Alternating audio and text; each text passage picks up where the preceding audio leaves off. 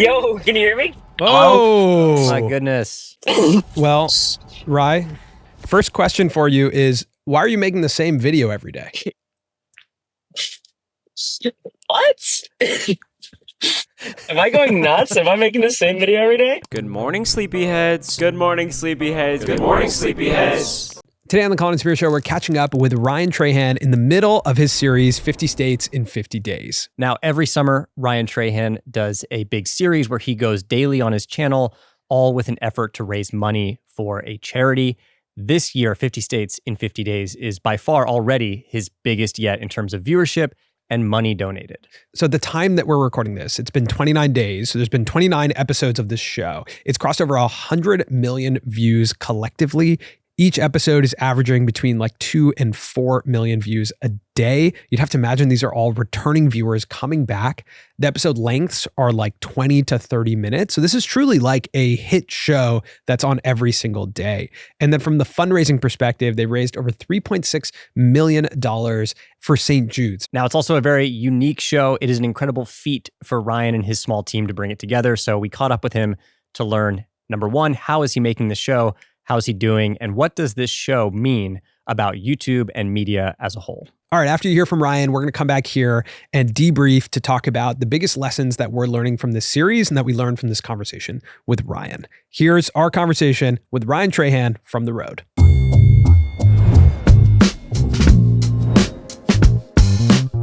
Well, first of all, dude, how are you doing? I'm doing pretty good. We're in uncharted territory. We're on day 33, 50.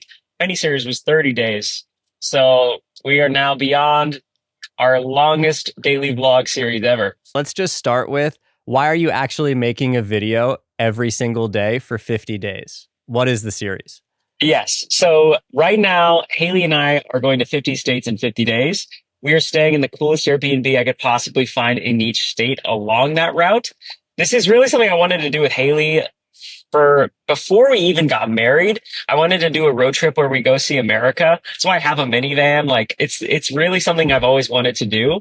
And I'd say after the Penny series, I was kind of contemplating, like, what if I did a series with Haley where we do that? It's kind of like a daily upload series once again. Just because I think daily series on YouTube are so magical. Like, you capture a little bit of like the live stream magic that we all love, like on big Twitch creators and everything. And it's really like the antithesis of what YouTube is, I'd say. So that's why I'm doing it. I think it's amazing. And the fundraiser that we're doing for St. Jude is also incredibly motivating, and wanted to use my platform for good this year. I try to do that at least once a year. So it's a conglomerate of reasons, but I'd say it's going really well. And I'm really happy that we're doing it. Will you also show us out the window? Like, what are you looking at? Oh, yeah, for sure. You guys are never going to believe this. Oh, God. There's the road. Okay.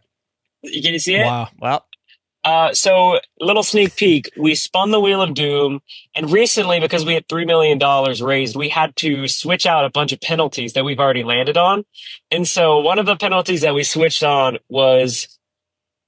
it's called anticlimactic, and we have to go to the lowest rated tourist attraction in the state that we're in before continuing on to the road trip. We are in New York because we were driving from Vermont to Pennsylvania.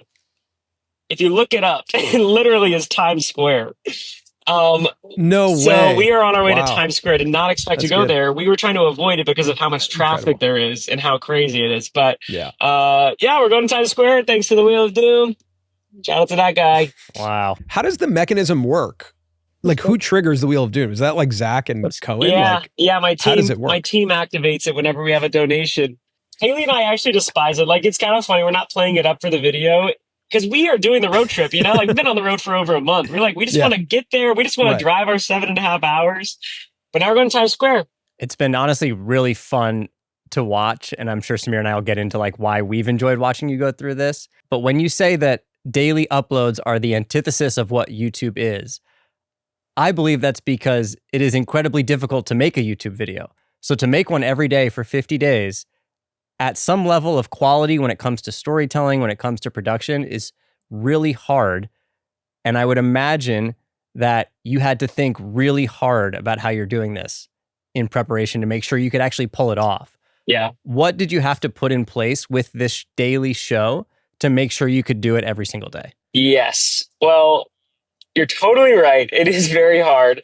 Um, it's pretty interesting because I'd say the Penny series actually taught me a lot about what committing on YouTube looks like. Because I'd say I talk to a lot of creators, and we all have like lofty dreams, and we all have big ideas. And it's so interesting to commit to something if you don't know you'll be able to pull it off. And for me, I've always like gravitated towards things like that, even in my life, where I'm like, that type of ambition and dream scares me. And that's almost why I want to do it. It almost feels like I know that part of the reason it will work is because so few people are willing to try it. And I don't know. In many ways, I feel like a lot of my life has prepared me for stuff like this, where I know that just through a decent level of discipline, you can actually accomplish a lot more than you might expect of yourself. And so, yeah, the Penny series taught me like it is so worth committing yourself to something great and bigger than yourself and following through with it. And I was just so proud of that fundraiser, so proud of how it just felt like a big positive movement on YouTube. And really just like for a human to human interaction level. And so when it came to this Airbnb series, almost doubled the uploads, doubled the days, and this time going to a new state every day. Whereas the Penny series, I was in, I think like 4 or 5 states. There was like in Austin, Texas, I was there for 9 days.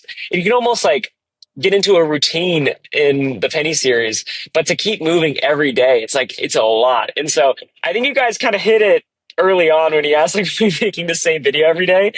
For me, I really feel like you have to create segments that are repeatable and satisfying. And also just like for me and Haley, it's like the same thing we do in our normal life. We want to create routines, and that's how you get through life. It's how you find the things you enjoy and find the little things throughout your day to look forward to.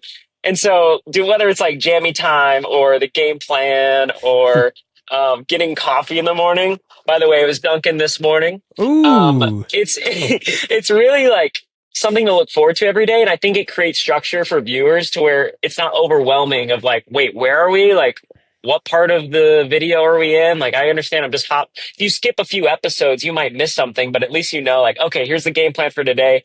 I can catch up, and understand where we're at and orient myself in this like universe that we're in. And so I just love the structure, and it makes things easier for editing too, which by the way, Zach and Cohen, shout out to those guys. They have been grinding. Like, I just have to brag on them for a second because I don't know if anyone has ever made 20 to 30 minute daily vlogs like this before. And by far the hardest part, I think, is the editing. You think about that much footage and creating a good video that's 20 to 30 minutes every day. I think what they're doing is like completely excellent, and they're amazing. 100%, dude. Like to be like, so by the way, to say like, you know, you're making the same video every day. Like, we're saying it as a, obviously like joking around, but like almost as a impressive feat of this rule book you've created. Because again, as a creator, like it's very hard to do what you're doing, both from like the production and the post perspective. But a couple of things, like one thing that we were looking at is, as human beings, somewhere between 40 and 50% of our daily life, like what we do today, between 40 and 50% of that is what we did yesterday. And that is like how our life works, right? Is we work in habits and rituals. And I think as we've been looking at this show itself and like why it's so different on YouTube, it's actually part of a bigger trend that's happening in entertainment, which is this return to appointment viewing. So like in 2023, 75% of the most popular shows in the US were weekly releases, not binge viewing.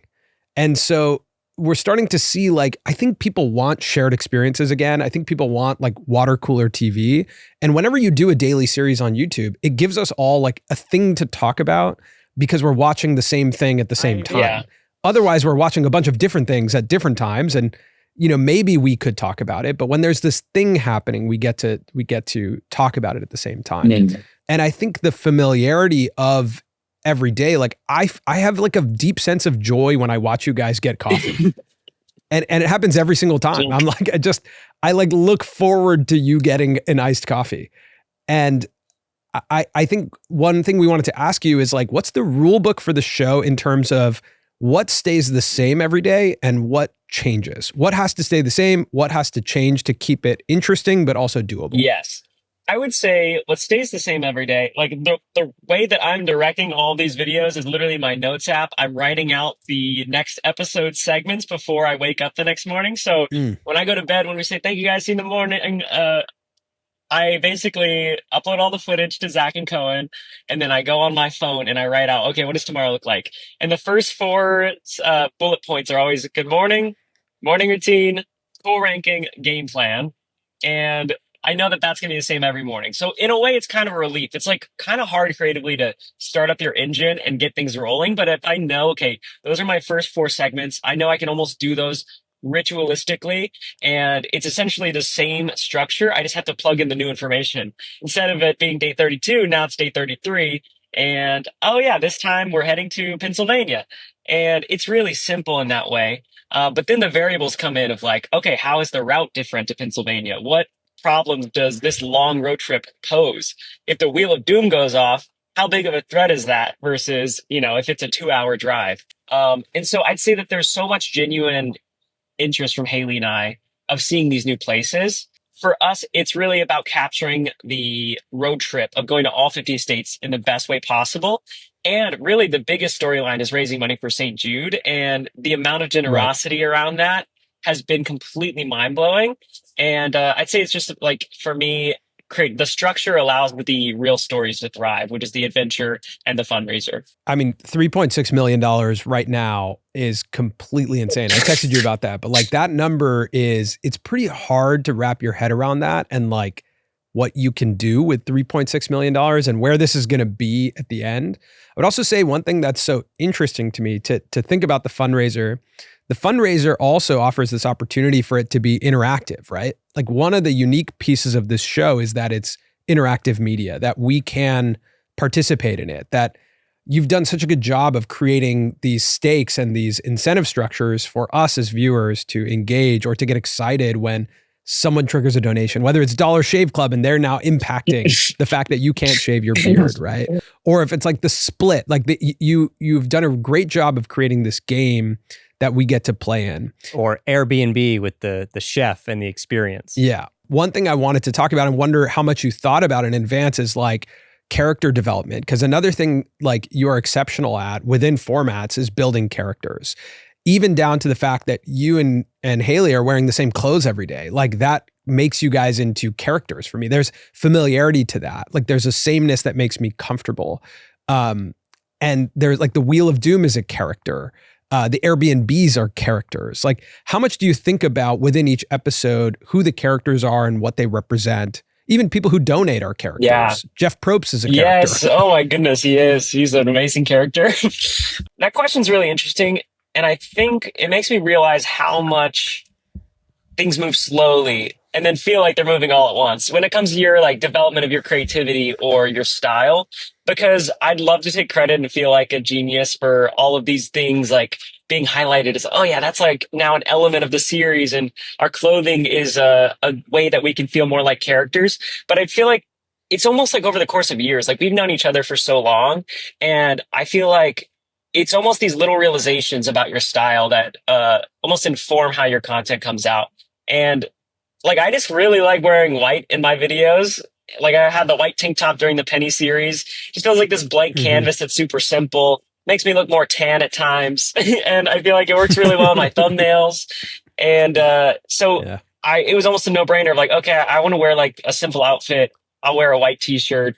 I started wearing jean shorts this past year because my friend Mitchell put me on them, and it just feels like it felt like okay, that's going to be like sort of like my outfit for the series. It just felt like a thing that was almost obvious.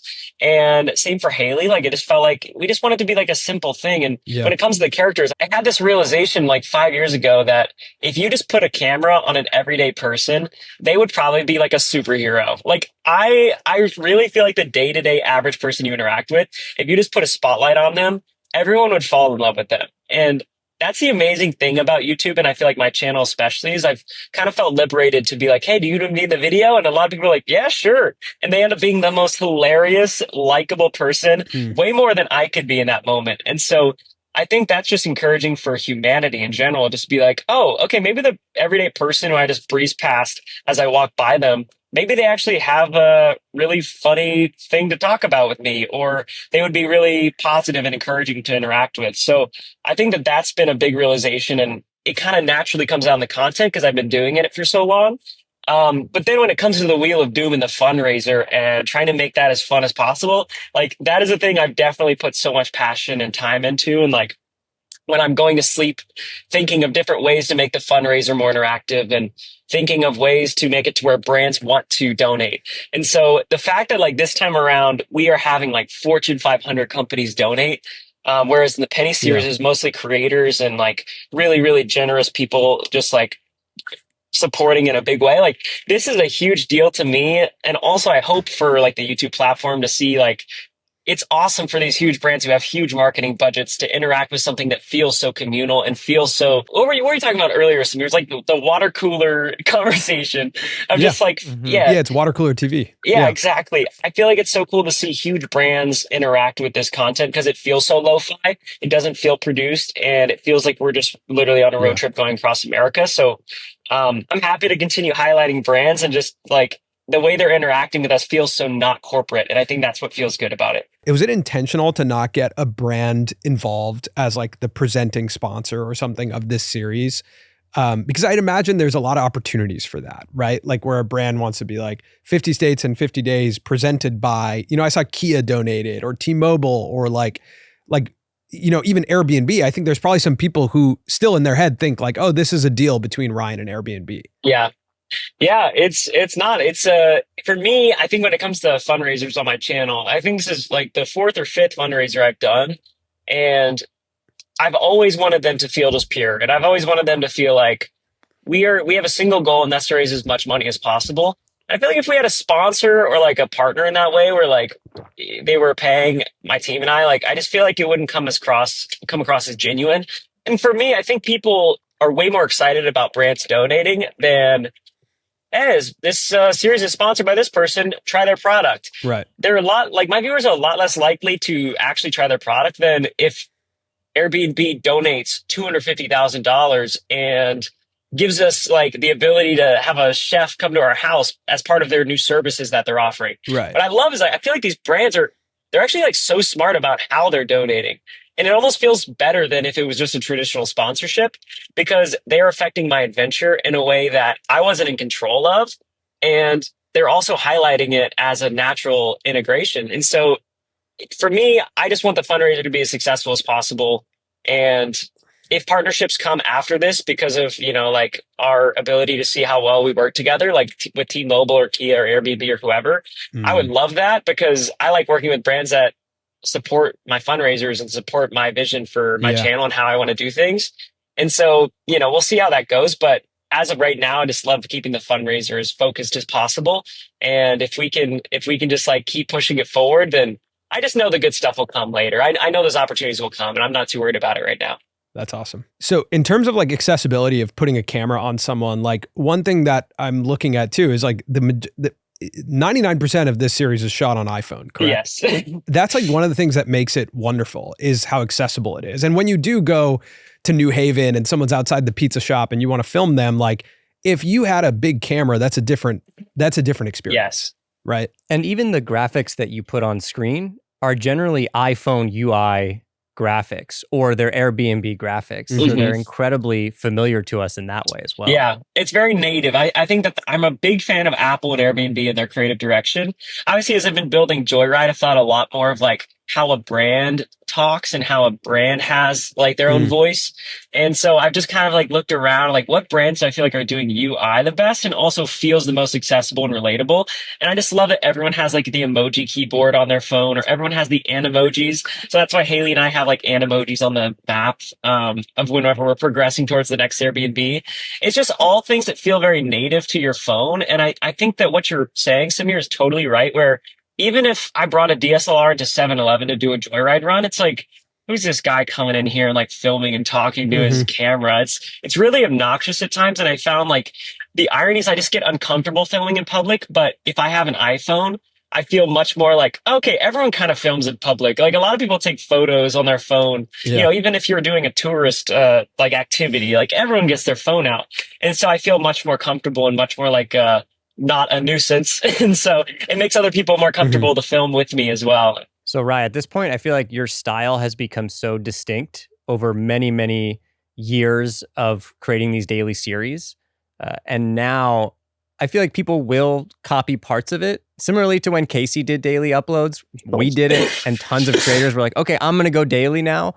And we probably made that decision without much thought. It was just like, oh, he's doing it, we like it, and we want to replicate it. And then we all kind of were like, wow, that's really hard, and he's really good at that. And I, maybe I learned something about myself, but I'm not going to do that anymore.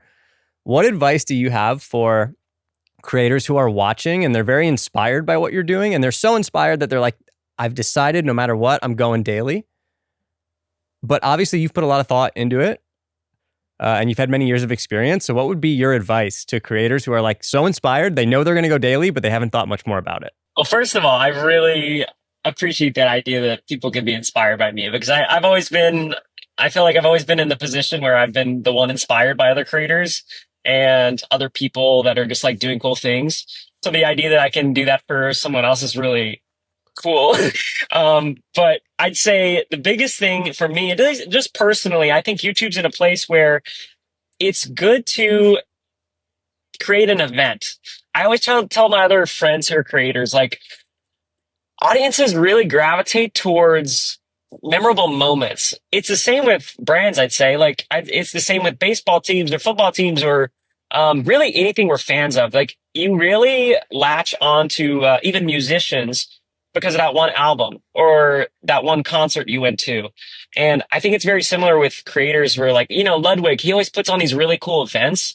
And I feel like that's the type of water cooler conversation you're talking about, Samir, where it's like, did you see this person do this? And I'd say that that's really one of the only ways that we mentally gravitate or like latch onto a person. Even when PewDiePie did his Minecraft summer series, and whenever he was like trying to pass T-series, it's like these moments that are like fixtures in YouTube history to me. And so I was trying to tell like my friends who are creators, like, what could be like a week-long series that you could do, like something that you feel like you're committing to that feels scary, but it's like an adventure that people would love to cheer you on for. I think Preston Goes with his train series was a perfect example. And it wasn't even daily. I think he uploaded over the course of 3 weeks. He uploaded one video a week, but it still felt like this is a thing that Preston Goes did. It's probably the thing he did at this point. And so I'd say when it comes to daily, like, just asking, is daily really the way that I need to create that experience for my audience or my future audience? Or can I do it through just some sort of other endeavor? But it all comes back to, like, is it memorable? Are there phrases and terms that people can spread via word of mouth? Like, even with this series, like 50 states in 50 days feels like it's been coined as the term that people are sharing verbally. Whereas the penny series is the penny series. I didn't even call it the penny series. It just like started getting traction in that way. So I think thinking of all of that together as a creator can really help you understand, like, okay, what's the thing that I feel passionate about that can make me stand out? And then honestly, not to ramble too much, but I think you can really balance something like that with just like the bread and butter of posting every 2 weeks on YouTube, posting a really good video and being there for your audience who does like your videos and showing up consistently. Because I think you can do an event and then just like vanish for like 6 months, and then you almost like miss out on the whole point of doing something special, which is connecting with viewers and doing that consistently. So I think finding a balance is really important as well. So one thing that makes you unique in doing this is, while the videos are relatively lo-fi, they're like rooted in your personality, they're accessible, the thumbnails for this series have been out of this world. There's one for Maryland that is like one of the most beautiful thumbnails I've ever seen, where you're like peeking through the grass. Or the one for Alabama where you're like in the keyhole.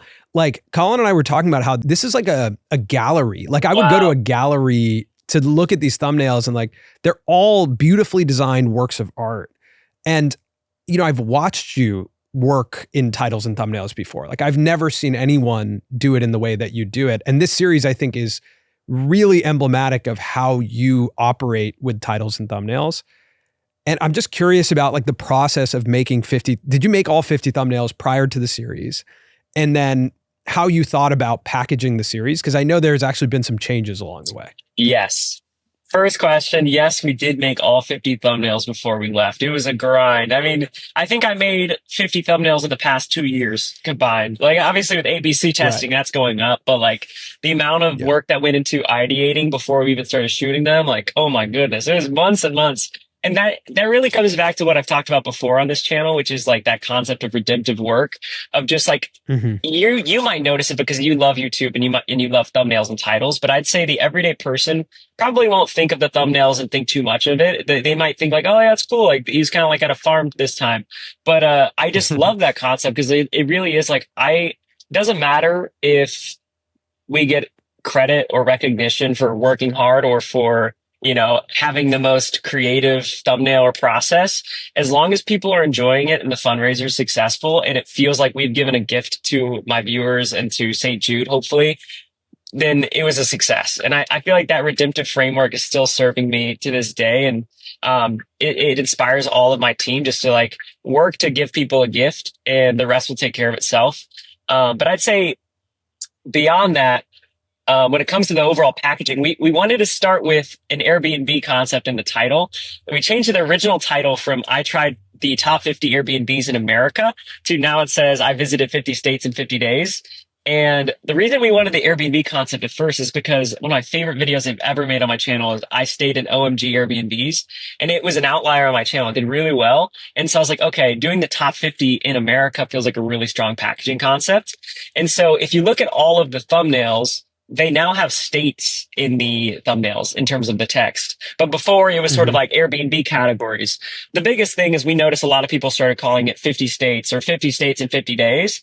And if that was the element of the series that people caught on to, I thought it's probably better for us to package it in a way that people will remember and people are already talking about via word of mouth. And so we switched the title from I tried the top 50 Airbnbs in America to I visited 50 states in 50 days.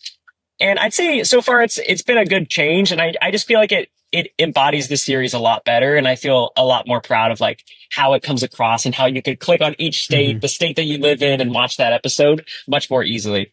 Yeah, I actually totally agree. I think it actually makes you feel like you're in the middle of the journey. Yeah. Right? Like if I see I went to 50 states in 50 days, or I visited 50 states in 50 days and I see Nebraska, I know that that's one of 50. And then again, like what you said is like every episode has this root framework, like this system to it that I can live within. And if I did miss 3 days, it's actually not that big of a deal. Yeah. How surprised are you guys? And maybe not surprised, but I would say I feel surprised about the Haley TikTok edits. Yeah.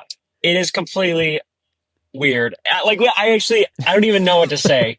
I can't believe it. Like ESPN posted Haley doing I don't even know what to call it. It's like a Lamar Jackson edit. It was insane. Yeah. Steph Curry edits. I don't understand TikTok. I haven't had TikTok for like 4 years. I feel like a old man, but I got sent these and I'm like, okay, is this like bad? Are we doing like, is this a bad thing? Like, are they making fun of us? But it's I think not. It's good. It's think really people good. are using your footage to like speak. Yes. Yeah, I think it's a good thing. It's hilarious. I love it. I think it just for me symbolized like, oh, this series is actually crossing over into different cultures, which like you said before, like the Penny series, I think remained in the world of YouTube a little bit. And now this is like between the Fortune 500 donations, between like ESPN and Houston, Texas, making TikTok edits based on Haley. Like it feels like this version of the series has expanded quite a bit. Yeah. I actually think traveling to every state is part of that. The fact that it feels like everyone is going to get to be a part of it, at least in the US right now. Yeah. Right? Like I'm sure there's people watching from all over the world, but if you're here in the US, it's like everyone gets to watch their state. Yes. It was cool. Even today we got a Wheel of Doom activation like right before this call, but it was from Bob Evans, which is like a restaurant in Ohio. And how crazy is that, like, we are going to Ohio. Of course, they want us to go to their restaurant, and we will. But it's just so cool because I would have never gone to Bob Evans if we hadn't done this series. And also, like, I would have never known that someone at Bob Evans watches it and wants to support and is so generous to donate over $50,000. Like, I just think it's incredible. And what you're saying, Colin, is so right that, like, it really creates a universal experience where it feels intimate and special. at least once for, you know, a viewer who lives in maybe like Montana or Wyoming. Like it is really exciting for sure. So this concept of like the wheel of doom activating and like this interactive media idea of like being able to donate and impact it, I do think that feels like Twitch, right? Like that feels like Kai Cenat or IShowSpeed interacting with chat, right? Like there's an element of chat there. And I'm just curious if you have thoughts on why all of media is moving in that direction from a audience satisfaction perspective. Because like we came from a world of YouTube with like really high budget, high effort videos that were kind of like, let me make this video for you, you watch the video. Yeah. And now we're starting to move in this direction that starts to feel a little bit more like, I actually want to be able to interact with the content. I want to be able to interact with the creator. Do you see that as like a trend that's happening across YouTube and media? Or, you know, why do you think this series fits into the puzzle that is, you know, media right now? Yeah, that's a really good question. I feel like I consume most content that is like, doesn't get as many views. Like I love every Mr. Beast video. I watch all of them, but it's like this really funny gap where I watch Mr. Beast and then I don't really watch any other big creators. I watch kind of like these niche interests I have, which is like football or gaming or these really random like curiosities that I get into week to week. And those videos have like 10,000 views a video. And like, it's just really interesting for me because those types of hobbies and interests are things I interact with typically in the real world, or I'll talk to other friends about. So I'll talk to my friends about football, or obviously I love YouTube. Like I'll talk to my other friends about YouTube, and I love watching like channels that break down, you know, different reasons that creators do things, like Colin and Samir. And so like it's really interesting to think about in that way. But I'd say it has to just be like this bridge with what you're getting at, Samir, which is just like, how does the content I consume interact with my real life? And how does it affect like my ability to feel like it's part of my human experience? Because that's what live streaming is. I feel like you're really like in a moment. And it's kind of getting back at the heart of what I'm trying to do here is like create a moment for people to experience on YouTube. And for me, I agree. Like our YouTube videos for the big creators have gotten so infrequent. Like all the big creators upload like once a month or once every 2 weeks at best. And I think that it makes it really hard for people to feel like YouTube can be a place they come home from school every day and log in and just feel at home. So I think that's why Twitch has like been able to create like an environment that feels like that for kids and adults too. So I'm curious y'all's thoughts though, because I feel like y'all have seen the big creators that you've all interviewed too change their posting habits. And even you guys, like what's your perspective on that? Like, I don't, because after this, I'm like, what do I do next as well? I'm like, I don't know what I should do after the 50-day series. I'm curious y'all's thoughts on the state of YouTube right now. I think a lot has changed, actually. I think this year feels the most tangibly different on YouTube in a long time for me. And I think it's either you have to really show me something I've never seen before. And Jimmy is exceptional at that. Yes. Like, let me show you a cheetah racing an F1 car. Exactly. Like, I've literally never seen that before in my life. So like, okay, I'll watch that.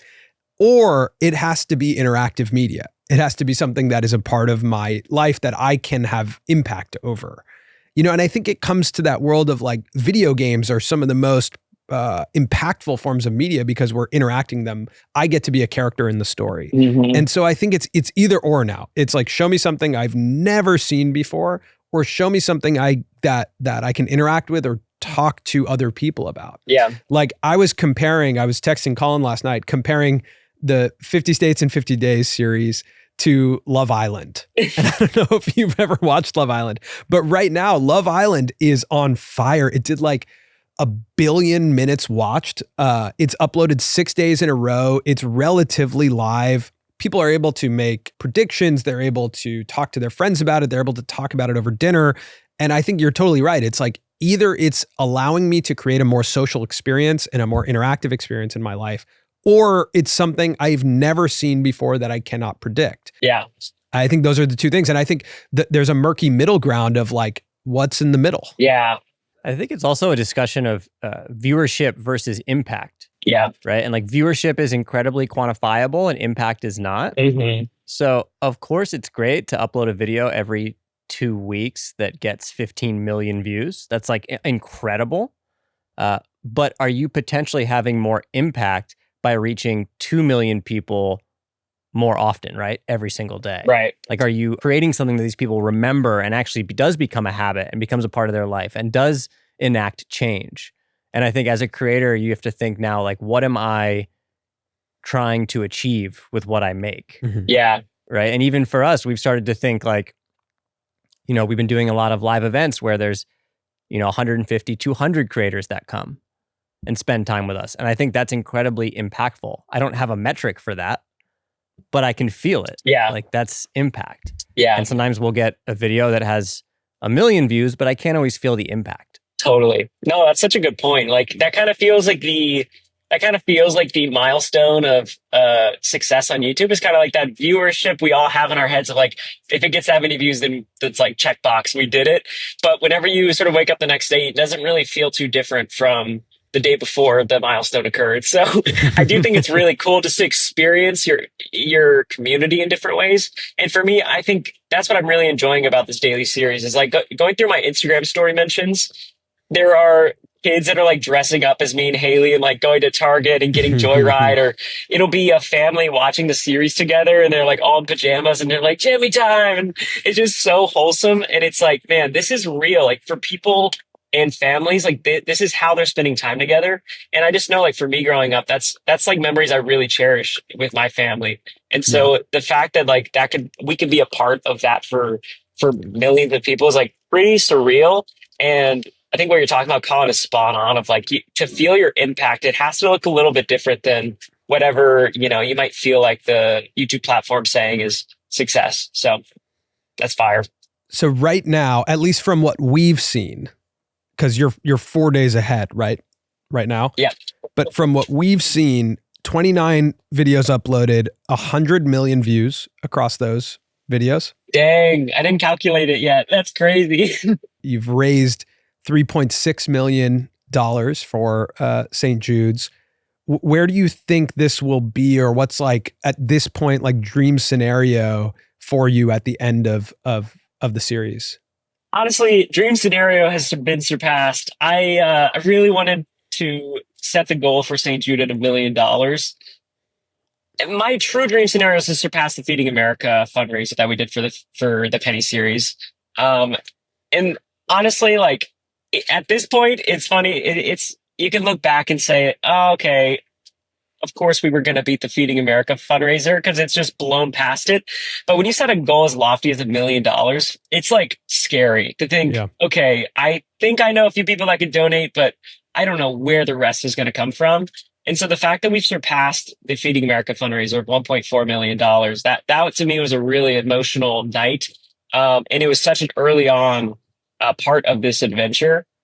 I would say like at this point, the sky's the limit. Like if we raise $5 million for St. Jude, this already is like one of the most important things I've ever done in my career already. And we're like halfway through, we're a little past halfway through. And so this idea, like $5 million to me just feels like it has to be something I don't know. That is going to be the peak of my YouTube career, in my opinion. I think something to think about too, I think the Sidemen charity match, like they raised so much money. I don't know the exact amount they raised this past year, but I think it was like $6 million and probably even more than that. But just thinking about like how special that event is and how much work goes into it, and how much of a cultural moment it is. If we like get close to that, and I have a team of like 5 people, like we're a really small team and we're just working so hard and pouring everything we can into this. And the fact that I can share with Haley, like if we get close to that, to me, it's like, it really kind of orients the whole series in my head of like the impact that we're having. So dreams have been surpassed already. I'm so excited for where this lands, but if it ended right now, I'd be stoked for sure.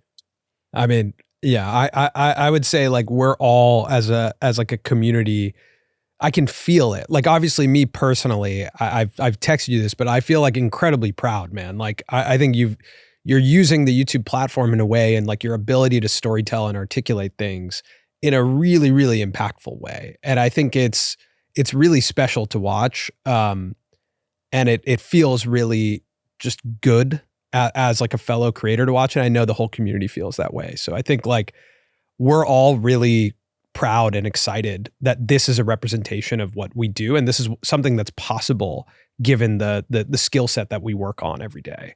I think it reframes like what this platform is, to me at least, and it helps me come back to like the original impetus for telling stories. That's so good. Thank you, Samir. I would say, Rye, for me, I watch two things every night with my wife. One is incredibly wholesome and one is not. One is Love Island and one is you and Haley with 50 States in 50 Days. And they are incredibly different and in some ways similar. So I just am very thankful that you've given me a more wholesome option to watch at night. It's my honor. It really is. I appreciate that. It's really crazy, guys. I just reflected before the call. Like we've known each other for so long. It's been so fun to see how the YouTube platform has evolved, and the whole time you guys have just been so supportive of me, and really been like really just supportive friends along this journey. So just to think back on even the Penny series, you guys are right there cheering me on. It just means the world. And I just appreciate y'all's wisdom all the time, always like giving me great advice. So thank you guys for what you do, and wouldn't want to talk to anybody else on the road. I appreciate that. Thanks, Rye. All right. We will let you get back to your trip, Rye, and get to Times Square. But any parting words with the world of YouTube? Any parting words with the creator community from you? Any parting words? Let's see. Listen to Colin and Samir. That's number one. I'm super grateful. I feel like I've been doing YouTube for a long time now, and it's pretty surreal to be in this position. I think about it all the time of just whenever I wanted to start, and I really went all in on YouTube like when I was 18, and I have not stopped since then. 26 now, so this is 8 years in. And I just talked to Haley a lot about like, man, I used to upload like 3 days a week for years, and then, slowly figured out my style. And I think it's just a really, really sweet thing to look back on and see how many different things I tried to get to this point, how many different types of content I created, and how many different, I guess, ideas like this that I tried that maybe didn't work out as well. And for me, it's just like really, really cool to look back on. And I don't know, it's probably similar for you guys where like, you can feel like your career in life is a lot like wet concrete where you're trying to form it as you go. And I feel like it's a really special time. You really got to cherish that time where you don't know all the answers and you don't know what your career is going to look like or what your style is going to look like. And I'd say at this point, like I've been doing YouTube for 8 years, and I kind of feel much more like this is definitely my path, and I just want to give it as much as I can. But you don't have that like discovery phase anymore. You don't have like that opportunity to really, wonder and be curious about what your creativity could look like. And at the same time, I'm still so young. There's still so much I can do, and I look forward to that. But I'd say a lot of creators want to get, they want to get to the finish line as fast as possible. And I'd say that there's a lot of joy to be had in the early phases when you don't have it all figured out. So soak that up. And so I'd say that's like the main thing. Other thing is, I just think it's so cool to continue to think of life and work in that redemptive framework. I just want to reiterate that. I said it last time on this podcast, but, Samir, we talked a long time ago just about how important my faith is to me. And it's been so cool. I feel like a lot of the donations that have come through have like shared scripture on the St. Jude page. And it's just been really, really encouraging to see like what generosity looks like. And I think you can be generous in so many ways, whether it's like what type of work you create, or for these people, a lot of like financial giving, even these corporations being generous. I think just having a generous lens on your life can really change your experience as a human, and try to allow you to serve others, and even for Haley and I to serve one another. And yeah, I'd say just thinking of generosity in more ways than just money is really empowering too. I feel like that's what I'm learning on this adventure. So yeah, I appreciate you guys so much. Love you guys. Love you, man. Love you too, Rye. Thanks for coming on. We'll see you every day for the next 20 days. All right. Yeah, and then I hope I see you in person. See you too. Bye, Haley. See you guys. Bye. Bye, Haley. Bye, Haley. The first thing that stuck out to me from the conversation was him talking about taking risks, and he wants to do something that he's not sure he can finish or accomplish. Yeah. And I think inherently that just makes for a more interesting story, and something that's harder for other people to replicate. I 100% agree with that. I actually think like even that question you asked him around like, what about creators who are going to clearly get inspired from this? Like as I watch this, it gives me that same feeling of like, you know, we've compared them before, but like Emma Chamberlain, where you're like, just nobody else, you can do the same concept, but you just can't do this because Ryan has a specific tone, personality, like, and I actually think the underrated quality of Ryan Trahan, he mentioned it in this, is his discipline. Yeah. He's actually the most disciplined creator I know. Like I truly don't think I've met a creator who's this disciplined when it comes to brainstorming ideas every day, when it comes to the structure of his videos, when it comes to the tone or the repetition of certain things. Like he is very disciplined in how he does this thing. Guy is wearing the same clothes. Yeah. And so is his wife. Yeah. For 50 days. Yeah. Like I think that kind of underscores, it's easy to look that over and be like, okay, yeah, it's like good for the videos. It keeps it simple. But that truly speaks to how disciplined he is, like even down to his clothing.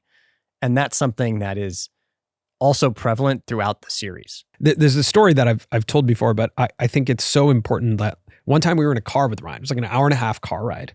And we were talking. And we were just like talking about whatever, catching up on life. And like an alarm went off on his phone. And he was like, oh, hold on 1 sec. I'll see you guys in 10 minutes. Just put on his headphones and just took to his phone. 10 minutes later, he took out his headphones. He was like, yeah, so what were we talking about? I was like, what was that? And he was like, oh, every single day I brainstorm 10 new ideas. I think that just informs you of his discipline. It's like, oh, it doesn't matter. He's just going to do it. Even if he's in the middle of a conversation, even if it's like, he has a thing that he's focused on that he's going to do. And that's what, like those ripple effects of brainstorming ideas like that, that's what creates this concept. That's what creates the OMG Airbnbs video that he made. That's what creates these like events that he produces. It's what creates these ideas, but without the discipline to execute, it's nothing. Totally. So let's break down a couple of reasons why I think this works. Both from like what Ryan just said, which I think is a lot of new and interesting things that I didn't think about, as well as I wrote an email that we sent out to our creator startup newsletter list right when the series started of why I thought this was working so well. The first thing, learning from success, combining what's already working, building off of like, ooh, that was an overperformer on my channel and that was an overperformer. How do I do that again, but in a way that's different? He is an expert at that. So you go from the penny series, right? Ooh, these daily video challenges work. People watch day to day. They follow this story that has a start and a finish. And then you go, oh, I did these Airbnb videos and like I tested, I stayed. How do I match all of this together? And that's what this series is. It's like a equation that goes, the most successful stuff on my channel, let me add it all together.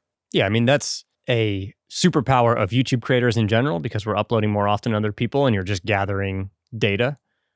And it's just a byproduct of, honestly, all of our careers. Like everything makes sense in hindsight, right? When your career comes together, it just feels a little more clear for Ryan because you can see these videos on his channel and he seems to be learning quicker than other people. Definitely. And able to like take action on that. I think the second thing is inviting the audience into the story. I think that point that we talked about is incredibly important of like people want to engage with media and content that has an impact on their human life, right? On the day-to-day life. So even as simple as like, you know, in his New Haven episode, he tries this pizza, Sally's, right? And it takes like a really long time to try it. But it was a really interesting thing of how accessible and rooted in reality his whole series is. He's just going to different states and going to certain restaurants that you could go to, right? So there's an invitation for me to participate in the same thing that Ryan is doing, both from the real-time aspect of I can donate and impact the story. I can see other people trigger the wheel of doom. I can look at someone like Airbnb who can donate $250,000 and they're a member of the audience just like me. They're interacting with the story just like me. So I think all that, the concept that it's like just traveling through America, engaging with restaurants, engaging with real people, like that invites us into the story. And the iPhone, like it all invites us into the story that feels interactive. I thought it was really interesting that one of the first things he did was compare it to Twitch stream. I thought that was really interesting. I hadn't thought about it in that way, that like this is lo-fi and interactive. And that is something that matters a lot right now on the internet. And to be interactive, you have to be frequent. Yes. Which, what he was talking about, YouTube has sort of drifted away from frequency. Yeah. It's consistent. Top YouTube creators, like he said, are going maybe once a month, every Mm-hmm. month, maybe every 2 weeks, but not with the level of consistency that we're seeing on Twitch, where it's every day for 8 hours. Well, I think, shared viewership creates opportunities for discourse, meaning like when I'm watching at the same time as someone else, it creates an opportunity for me to have a conversation. And I think that has been undervalued over the past couple of years on YouTube. Actually, over the past couple of years on, across all of media. Like, I think we brought up Love Island. I think that's an interesting experience of shared viewing and discourse. But a lot of the other series, like you and I were talking about this series called Overcompensating on Amazon Prime Video. I'm actually watching it at a totally different time than you watched it. Yeah. So we can't really talk about it. We know we've both watched it, but we can't really talk about it. And that changes our experience with entertainment. The fact that we can't talk about it. And we moved really far away from that. When are you going to start watching American Idol, man?